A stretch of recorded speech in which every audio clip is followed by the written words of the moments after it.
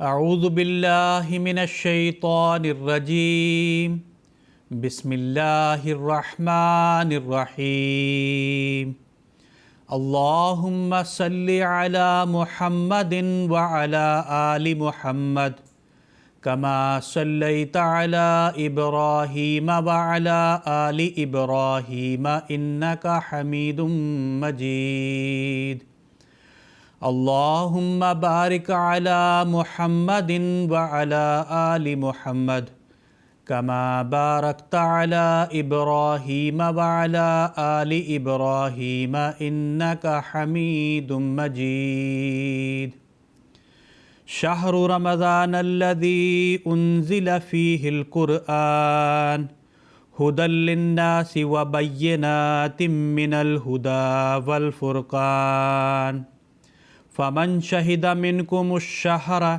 فلیصمہ ومن کان مریضا او علی سفر فعدۃ من ایام اخر یرید اللہ بکم الیسر ولا یرید بکم العسر، یعنی رمضان کا مہینہ جس میں قرآن انسانوں کے لیے ایک عظیم ہدایت کے طور پر اتارا گیا اور ایسے کھلے نشانات کے طور پر جن میں ہدایت کی تفصیل اور حق و باطل میں فرق کر دینے والے امور ہیں، پس جو بھی تم میں سے اس مہینے کو دیکھے تو اس کے روزے رکھے، اور جو مریض ہو یا سفر پر ہو تو گنتی پوری کرنا دوسرے ایام میں ہوگا۔ اللہ تمہارے لیے آسانی چاہتا ہے اور تمہارے لیے تنگی نہیں چاہتا۔ ناظرین کرام، آج کے درس کا موضوع ہے ماہ رمضان کی اہمیت و برکات۔ حضرت سلمان فارسی رضی اللہ تعالی عنہ روایت کرتے ہیں کہ حضرت صلی اللہ علیہ وسلم نے شعبان کی آخری تاریخ کو ہم سے خطاب کرتے ہوئے فرمایا، اے لوگو، تم پر ایک بڑی عظمت اور شان والا مہینہ سایہ کرنے والا ہے، ہاں ایک برکتوں والا مہینہ جس میں ایک ایسی رات ہے جو ثواب اور فضیلت کے لحاظ سے 1000 مہینوں سے بھی بہتر ہے۔ اللہ تعالیٰ نے اس کے روزے فرض کیے ہیں اور اس کی رات کی عبادت کو نفل ٹھہرایا ہے۔ اس مہینہ میں جو شخص کسی نفلی عبادت کے ذریعہ اللہ تعالیٰ کا قرب حاصل کرنے کی کوشش کرے تو اسے اس نفل کا ثواب عام دنوں میں فرض ادا کرنے کے برابر ملے گا، اور جس نے اس مہینے میں ایک فرض ادا کیا اسے عام دنوں کے 70 فرض کے برابر ثواب ملے گا۔ اور یہ مہینہ صبر کا مہینہ ہے، اور صبر کا ثواب جنت ہے۔ اور یہ ہمدردی و غمخواری کا مہینہ ہے، اور ایسا مہینہ ہے جس میں مومن کا رزق بڑھایا جاتا ہے۔ ہوا شہر اولہ رحمۃ و اوسطہ مغفرۃ و آخرہ عتق من النار، اور یہ ایسا مہینہ ہے جس کی ابتدا نزول رحمت ہے، اور جس کا وسط مغفرت کا وقت ہے، اور جس کا آخر کامل اجر پانے یعنی آگ سے آزادی کا زمانہ ہے۔ اور جو شخص اس مہینے میں اپنے مزدور یا خادم سے اس کے کام کا بوجھ ہلکا کرتا ہے اور کم خدمت لیتا ہے، اللہ تعالیٰ اس شخص کو بھی بخش دے گا اور اسے آگ سے آزاد کر دے گا۔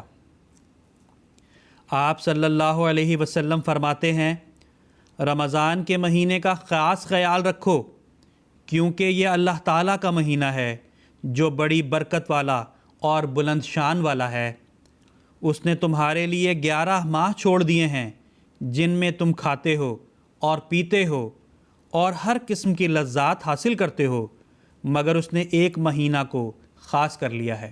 آپ صلی اللہ علیہ وسلم مزید فرماتے ہیں، جب رمضان کا مہینہ آتا ہے تو جنت کے دروازے کھول دیے جاتے ہیں اور دوزخ کے دروازے بند کر دیے جاتے ہیں، اور شیطان کو جکڑ دیا جاتا ہے۔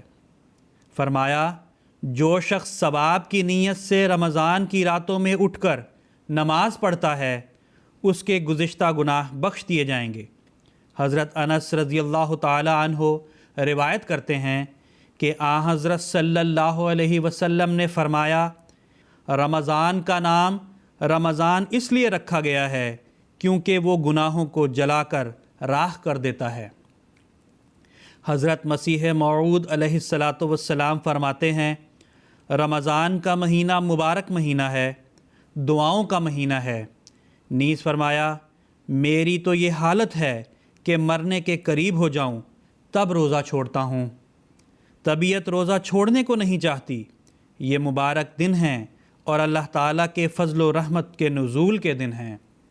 حضرت خلیفۃ المسیح الثالث رحمہ اللہ تعالی فرماتے ہیں، رمضان کا مہینہ 5 بنیادی عبادتوں کا مجموعہ ہے۔ پہلے تو روزہ ہے، دوسرے نماز کی پابندی کی طرف توجہ دلائی گئی ہے، پھر قیام اللیل یعنی رات کے نوافل پڑھے جاتے ہیں، تیسرے قرآن کریم کی کثرت سے تلاوت ہے، چوتھے سخاوت اور 5ویں آفات نفس سے بچنا ہے۔ ان 5 بنیادی عبادات کا مجموعہ عبادت ماہ رمضان کہلاتی ہے۔